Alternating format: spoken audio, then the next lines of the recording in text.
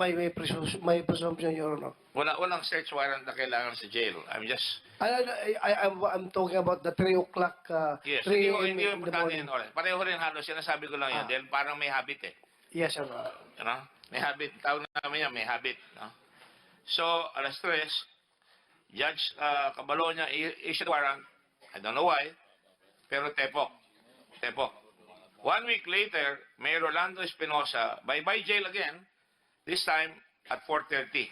Ang kulang na lang tawagan yung punerarya para sabayan yung soko. Nauna muna yung sokong tinawagan bago nangyari. Nakakaya sa kapulisan eh. I was a mayor for, I think, 13 years. And I backed up the police kung ginagawa nila ang tama. Pero pag mali, sa umpisa pa lang, pukpukin mo na kaagad yung kamay para sa gano'n, hindi nagagawa yung iba. But ang nangyayari ito, 3 sunod. Sa baseball, 3 strikes, you're out. So ang nangyayari dito, 3 strikes, parehong modus operandi, parehong patay, palakpakan, ang pinatay di umano, drug pusher, pero wala sa lugar ang pagpatay. I'm not making a judgment. I'm making a judgment for the Canel, para sa taong bayan na nakikita nila, mukhang di ata tama yun. Masyadong lamang na lamang. So I'm just saying, ano ang resulta ng mga investigation itong 3? Balikan natin ang IAS. Yung isa ka mo, case closed. Dismiss ba yan?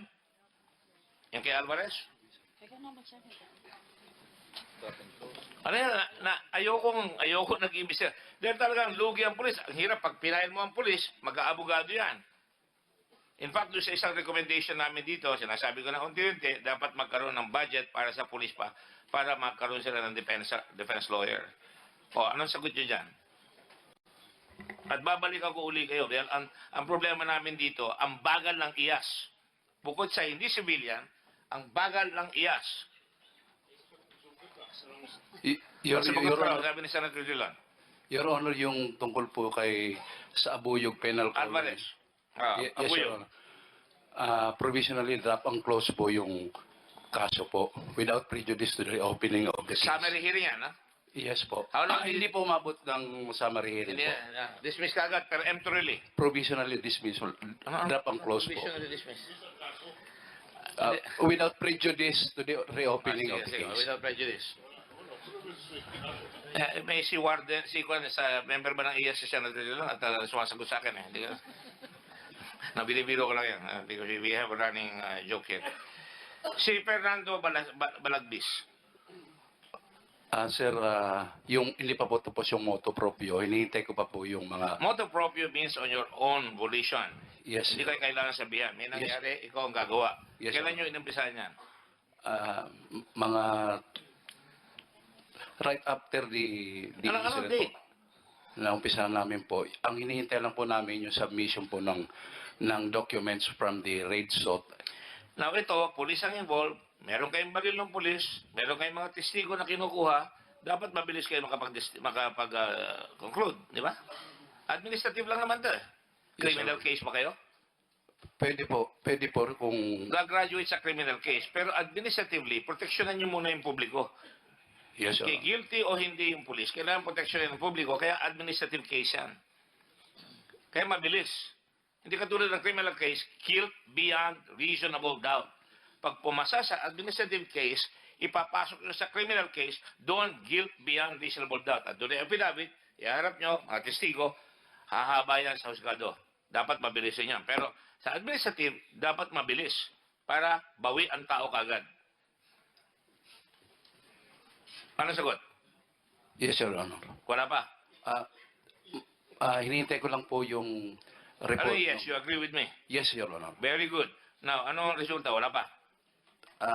Ongoing pa po, Your Honor. I'm sorry, may kasanayan ako kasi nung araw, namimiss ko yung trial experience eh. Number 3, Mayor Rolando Espinosa, November 5. Sabi nyo hanggang ngayon, hindi pa natatapos, di ba? Wala pa kayong resulta, right? Tapos na po yung moto proprio investigation. Na-elevate na po for pre-charge investigation po. For summary hearing. Yes po, bibigyan po namin. Ano yung pre-charge? Pre-charge investigation po, bibigyan po sila ng pagkakataon mag-submit Ano ang pagkakaintindi nyo ng summary hearing? After finding po ng probable cause, mag-start po tayo ng summary hearing. I understand that. Ano ang pagkakaintindi nyo? Are you a lawyer? No, Your Honor. Can I get your lawyer here, please? Your lawyer? Yung sa legal services? Yes. Saan yung legal services, Karina? Can you please come here, sir? Come forward. Ito ang issue eh. Ito ang pinakamalaking issue palagi na wala raw na po prosecute na police.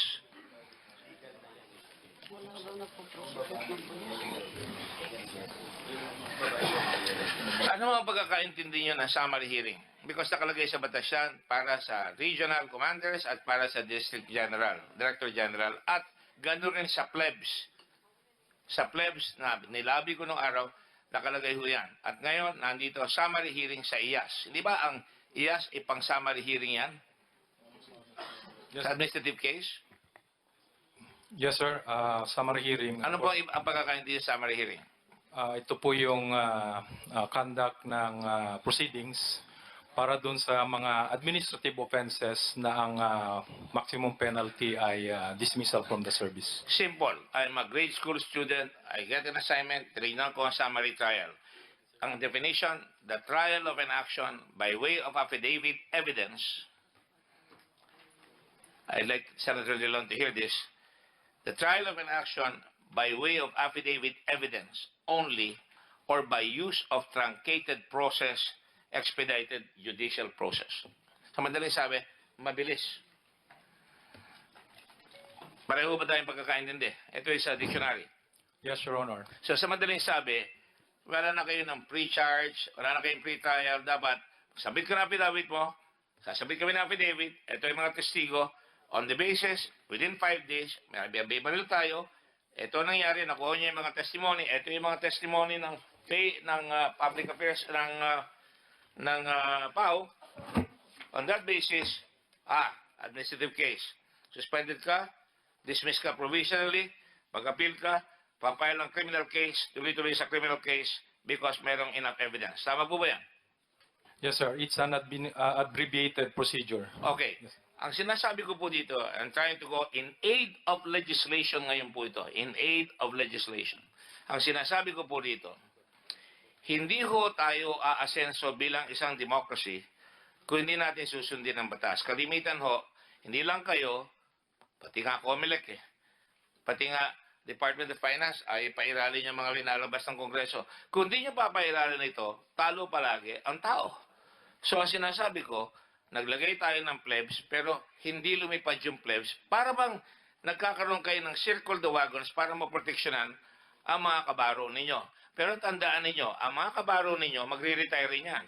Si General Bato magre-retire yan. Balang araw kayo, civilian kayo. Pagka ginawa kayo, ano kaya pakiramdam ninyo? Kama yung tanong kanina ni Senator Dillon. Ang sabi ni Senator Dillon, may due process ba doon sa summary killing? Ni Mayor Espinosa? Kasi narinig ko sa inyo due process Kaya sinabi ko yung summary hearing, affidavits lang. Bakit tumatagal ng pagkahaba-haba? Ang in aid of legislation dito, ang recommendation namin doon sa committee namin sa EJK, 5 days. Do your homework. Kung mag-a-appeal kayo, kailangan payagan ng higher authority, another several days. Tapos tutuloy na yan. Humingi na ako. Sasabihin ko na yung mga sinasabi namin sa EJK, magkakaroon tayo ng special courts, nasa yung Supreme Court, pasa kagad doon. Criminal case kagad dyan. Tama po ba yan? Yes, Your Honor. Would you agree to that process? I agree that the summary hearing is an abbreviated process. Thank you. So I'm just saying this para makuha tayo. Now, itong si Abordo, malimit sinasabi itong Abordo na nagpakilala kay Kwan ba? Kay Colonel Kwan? Isa ba Opo, Your nagpakilala Honor. sa'yo? Ano sinabi na Abordo sa'yo? Yung Major Abordo. kaibigan sila ni Colonel Marcos. Doon mo lang nakilala si Colonel Marcos ang panahon na yan. Naririnig ko na po yung pangalan niya through Abordo na nasa R1 siya na assign Si po, Your Honor. Abordo ang nagpakilala sa iyo, sabi niya sa iyo, kailangan niya ng tulong. Iba sinabi siya? Ni Major Abordo. Oo. Ang sinabi lang sa akin ni Major Abordo, makipag-usap si Colonel Marcos sa akin, Your Honor. At si Major Abordo, ang isang una sa kasama mo, unang kasosyo mo. Opo, Your Honor. Kasosyo, pagka wala siyang drugs, nagbibigay ka. Kung wala siya, wala ikaw, nagbibigay ni siya ng drugs. Tama ba yan? Opo, Your Honor. So, yan ang mga kasosyo mo. Apart from etong si, ano pa ano, si, Lovely Adam Impal,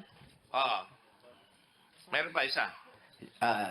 Jeffrey Autumn Diaz alias Jaguar, Jaguar, meron pa isa. Na pulis. Hindi yan. Dalawang pulis yan eh. Abordo at saka isang pulis. Dennis Torrefel. Turifiel. Yeah. Nandito Yes, ba siya? Your Nandito ba Honor. siya? Wala yan dito, parang Buhay nahul. pa ba yan? Kulong po, sir. Ha? Kulong po siya. Nakakulong na siya. Sir, if I may, PO3 Torrepel was arrested through by bust operations of our... Good. So, we commend the police for that. You see, the police have to have a self-healing process. Pag loko-loko yung police, kayo mismo magkulong. Hindi namin trabaho yan eh. Kaya nga kayo may summary hearing eh. Para kayo ang gagawa niyan, para magamot, para biliban tao sa inyo. Marami bumibilib sa inyo ngayon, dahil marami naliligpit, pero on the other hand, you cannot right a wrong by committing another wrong. Kaya sinabi ko yung tatlong beses na nangyari yan, pareho ang MO, hindi maganda para sa atin yan. Now, balikan natin sa Abordo. Pulis pa ba si Abordo? Regional Director? Yes, sir. Right now, he's undergoing investigation by our RIAS-8, sir. Since when?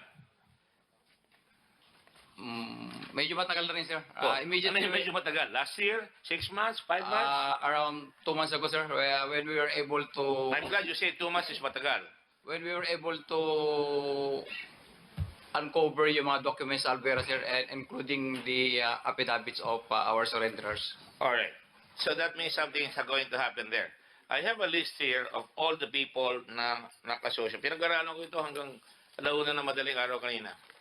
Nakagalitan pa ako ng asawa ko because ano ba raw ang ginagawa ko sa opisina at nagtatagal ako. Name. Kaya nagsasabi ko nanonood si Mrs. para makalusot naman ako. No? Kami ni Tit at tuturo sa akin ni Senator Soto at saka ni Senator Lacson yan. Si Marvin Sanchez, unang humuli kay Kerwin. Nandiyan ba ba yan? Pag pumalpak yan, life sentence si Kerwin. Nakalusot siya sa Court of Appeals. Mukhang hindi natin tinitrain ng mabuti itong mga kapulisan natin. Inaamin ni Kerwin na siya ay nagtutulak ng drugs. Nakalusot dahil sa kapalpakan ng pulis. Yan ang tamang paraan. Hulihin nyo ng nasa lugar para ma-life sentence yung mga katulad ni Kerwin. Tama po ba yan, General? Your Honor, if I may, Superintendent Marvin Sanchez is not from PRO 8, he's from PRO 7 Sa Cebu. as a Cebu, and he's also tagged as one of the policemen involved with illegal drugs in PRO 7, so he's already relieved, and he's undergoing investigation at IAS, Your Honor. So ito po yung isa sa mga foolish men. Kasama po, Your Honor. Marami tayong foolish men, di ba? Mabuti na lang walang foolish women so far. So, sa sinasabi natin, lahat ng sinabi ni Kerwin, may sugat, may tama. At yung naghuli kay Kerwin, nakalusot si Kerwin, Court of Appeals, lumabas, na violation chain of custody. So, napipilitan tayo ngayon, dumami, kaya ngayon, naliligpit, sabi nga nila, isang salita yan na hindi ko gusto talaga. Ang ligpit yung nasa batas. Si Police Superintendent Jorge Ilanan, unang humuli kay Kerwin. Nandiyan pa siya? Also, Your Honor, he's Also under investigation. formerly with PRO 7. Sa Cebu po siya nakabase, Your Honor. Opo. Then, also relieved din siya doon, undergoing investigation at National Headquarters. So Nasa mabuti Pihaw naman. po siya, Your Honor. Sa Makatwid, mukhang maraming sinasabing accurate. Either sinasadya o hindi. So far, sa umpisa ni Kerwin sa kanyang karir, 2 ng pulis ang under investigation o meron na nakakulong. 3 na yung nasabi nyo, di ba? Yes, sir. So, Dennis Torrefiel, yun yung sinasabi ng isa. Yan. Tapos, General Dolina. Ito ang unang inalis ni President Digong, di ba? Kasama siya sa 5? Hindi po, Your Honor. Hindi kasama ito? Nagkakaso po yan na natanggal sa serbisyo at lately lang nakabalik, Your Honor. Ito ba yung